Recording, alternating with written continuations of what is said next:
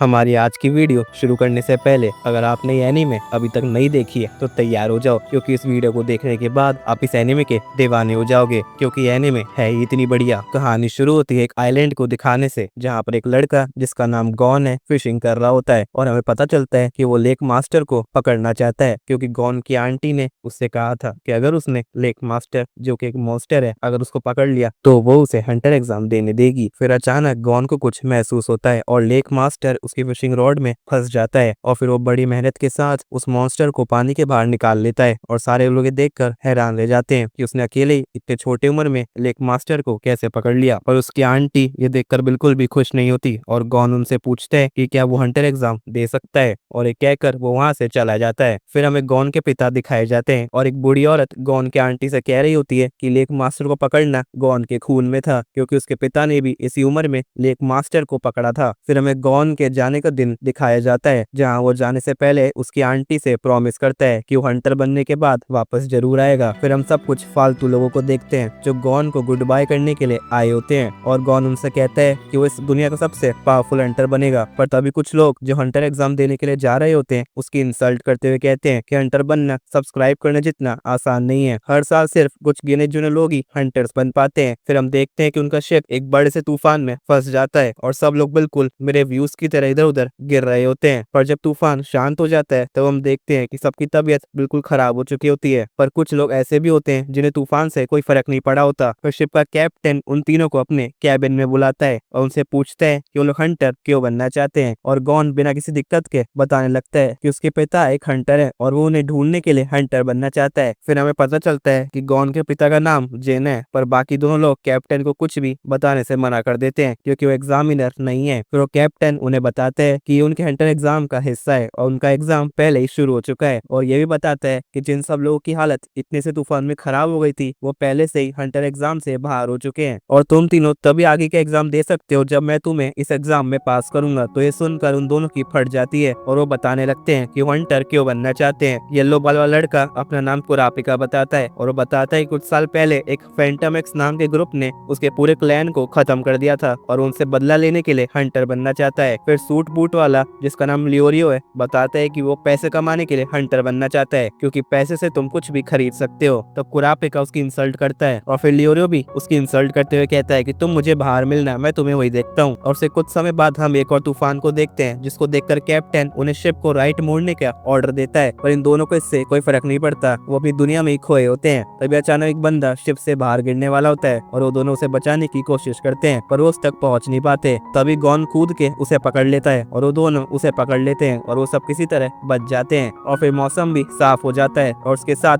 कुरापिक और लियोरियो में दोस्ती भी हो जाती है। फिर कैप्टन आके उन्हें बताते हैं कि वो तीनों पास हो गए हैं और अब वो आगे का एग्जाम दे सकते हैं, और उससे कुछ समय बाद वो अपनी अगली जगह पर पहुंच जाते हैं। और कैप्टन गॉन को एडवाइस करता है कि उसे उस पहाड़ के सबसे बड़े पेड़ की तरफ जाना चाहिए, और एक आदमी उनकी बातें सुन रहा होता है। और फिर वो तीनों उस सिटी के मैप को देख रहे होते हैं, और लियोरियो कहते हैं कि एग्जाम ज़ेबर्न सिटी में होने वाला है, पर कैप्टन के हिसाब से उन्हें उस पेड़ की तरफ जाना चाहिए जो बिल्कुल उस सिटी के उल्टी तरफ है। पर गॉन कैप्टन की बात मान के उस पेड़ की तरफ जाने लगता है, और कुरापिका भी उसके पीछे जाने लगता है। पर लियोरियो ज़बन सिटी जाना चाहता था, लेकिन तभी वो कुछ लोगों को बात करते हुए सुनता है जो कह रहे होते हैं कि ज़बन सिटी जाने वाली बस एक ट्रैप है, और ये सुनकर लियोरियो उन दोनों के साथ जाने लगता है। फिर उस पेड़ की तरफ जाते हुए वो एक सुनसान शहर में आ जाते हैं, और तभी एक गेट खुलता है और उसमें से कुछ अजीब लोग बाहर आते हैं, जिसमें से एक बूढ़ी औरत बताती है कि तुम्हें आगे जाने के लिए एक पहेली का जवाब देना होगा, और जवाब देने के लिए सिर्फ 5 सेकंड मिलेंगे, जिसमें उन्हें 2 ऑप्शन में से एक ऑप्शन चूज करना होगा, और अगर गलत जवाब दिया तो तुम लोग हंटर एग्जाम से बाहर हो जाओगे। फिर वो आदमी वहाँ आ जाता है और कहता है कि पहले वो जवाब देगा। फिर वो आंटी उसे पहेली पूछती है कि अगर एक खतरनाक गैंग ने उसकी माँ और उसके प्यार को किडनैप कर लिया है तो उन दोनों में से किसे बचाएगा, और वो आदमी जवाब में अपनी माँ को चूज करता है, क्योंकि माँ तो एक ही होती है और प्यार दोबारा भी हो सकता है। फिर वो आंटी उसे आगे जाने के लिए कहती है और वो वहाँ से चला जाता है। फिर कुछ देर सोचने के बाद कुरापिका को इसका जवाब मिल जाता है, पर वो आंटी उसे कुछ भी कहने से मना कर देती है, और वो अपनी पहेली बोलना शुरू करती है कि किसी ने तुम्हारे बेटी और बेटे को किडनैप कर लिया है, तो वो लोग किसे बचाएंगे। और लियोरियो तो आंटी पर अटैक करने की तैयारी कर रहा होता है, और वो आंटी 5 सेकंड का काउंटडाउन शुरू करती है।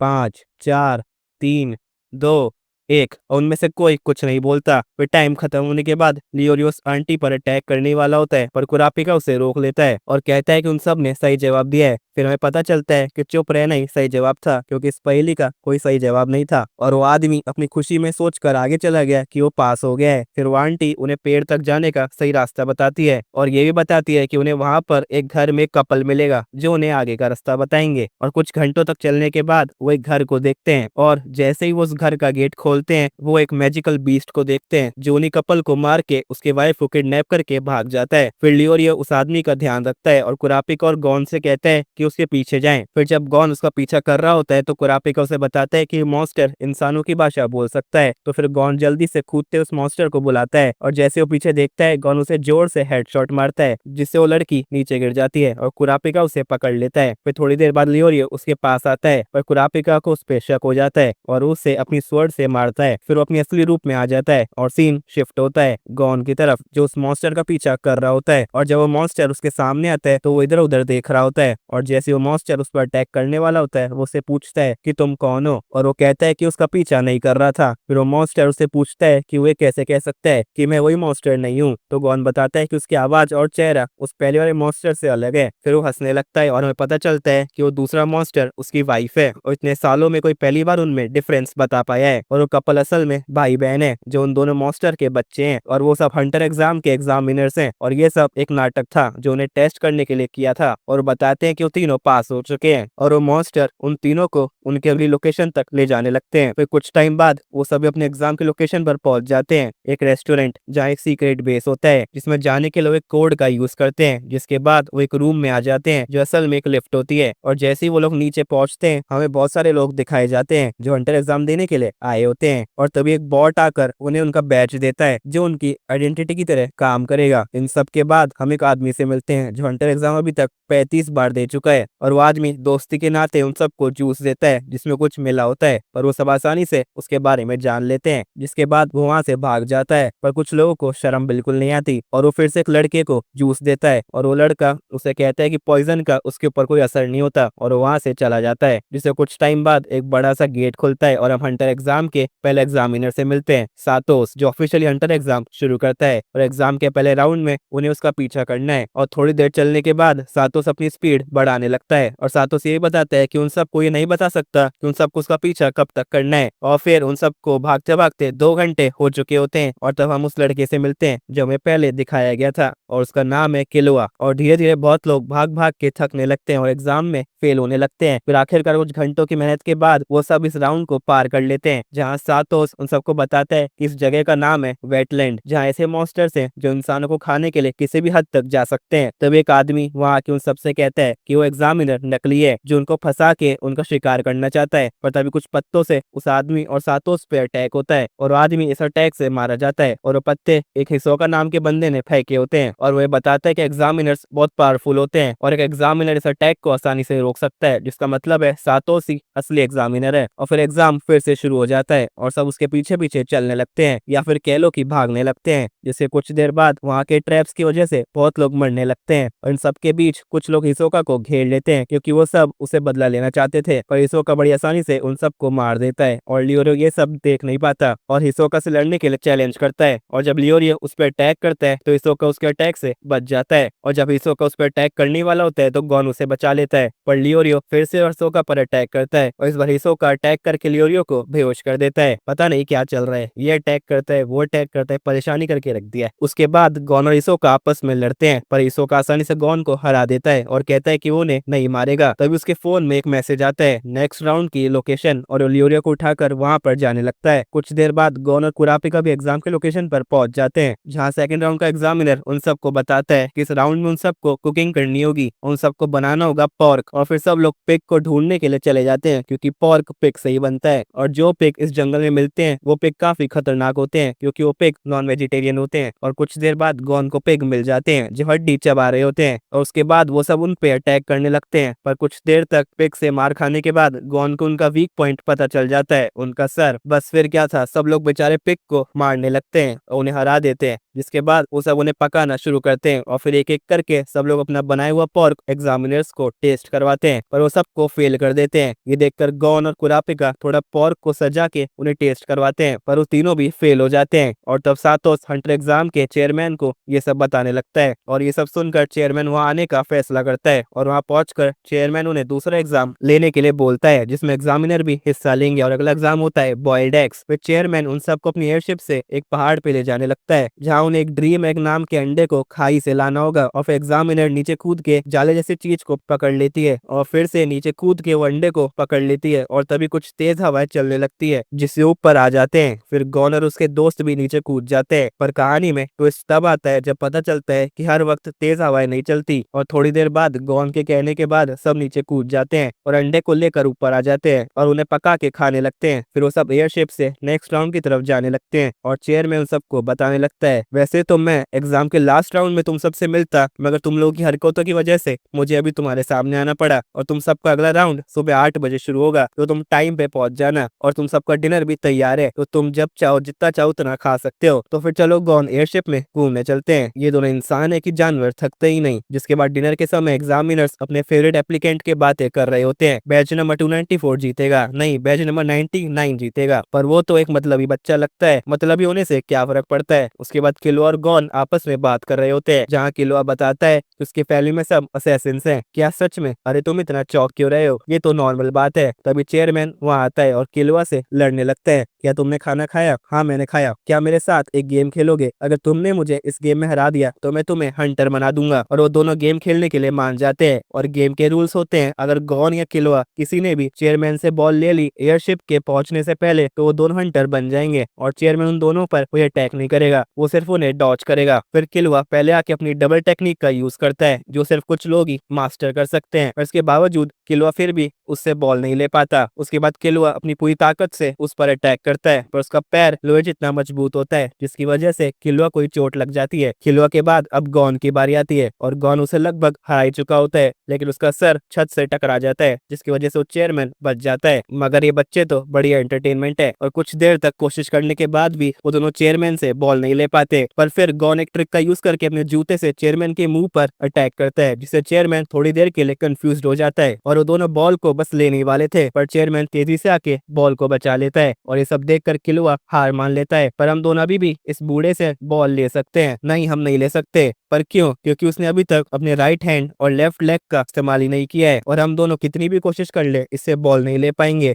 इतनी मेहनत करने के बाद वो सब अपनी अगली जगह पर पहुंच जाते हैं, एक बड़ा सा टावर, और इस एग्जाम को पास करने के लिए उन सबको टावर के नीचे पहुंचना होगा 72 हावर्स में। एग्जाम शुरू होने के बाद एक बंदा अपने माउंटिंग स्किल्स को शो ऑफ करते हुए वहां से नीचे उतरना शुरू करता है, पर वो कुछ मॉन्स्टर्स का ब्रेकफास्ट बन जाता है। कुछ देर बाद कुरापिका को समझ आता है कि बहुत लोग नीचे जाने का रास्ता ढूंढ चुके हैं, जिसका मतलब है यहाँ पर कोई सीक्रेट रास्ता है जो टावर के नीचे जाता होगा। तभी गॉन और किलोआ को एक सीक्रेट रास्ता मिलता है, पर एक रास्ते से सिर्फ एक ही इंसान जा सकता है। इसका मतलब है उन सबको अलग अलग रास्ते से नीचे जाना होगा। और जैसे वो रास्ते से नीचे जाने लगते हैं, वो देखते हैं कि वो सब एक ही रूम में आ गए हैं और उन्हें आगे बढ़ने के लिए 5 लोगों की जरूरत है, जिसका मतलब जब तक एक और बंदा जब तक रूम में नहीं आ जाता वो लोग आगे नहीं बढ़ सकते। फिर 2 घंटों तक इंतजार करने के बाद तान पाओ नीचे आ जाता है, जिसे देखकर वो लोग बिल्कुल भी खुश नहीं होते। इन सब के बाद उन सबका एग्जाम शुरू हो जाता है और वो सब लड़ते पड़ते मरते हुए बचते हुए एक बैटलफील्ड जैसे एरिया में पहुंच जाते हैं, जहां उन सबको सामने खड़े हुए कैदियों से 1v1 करना होगा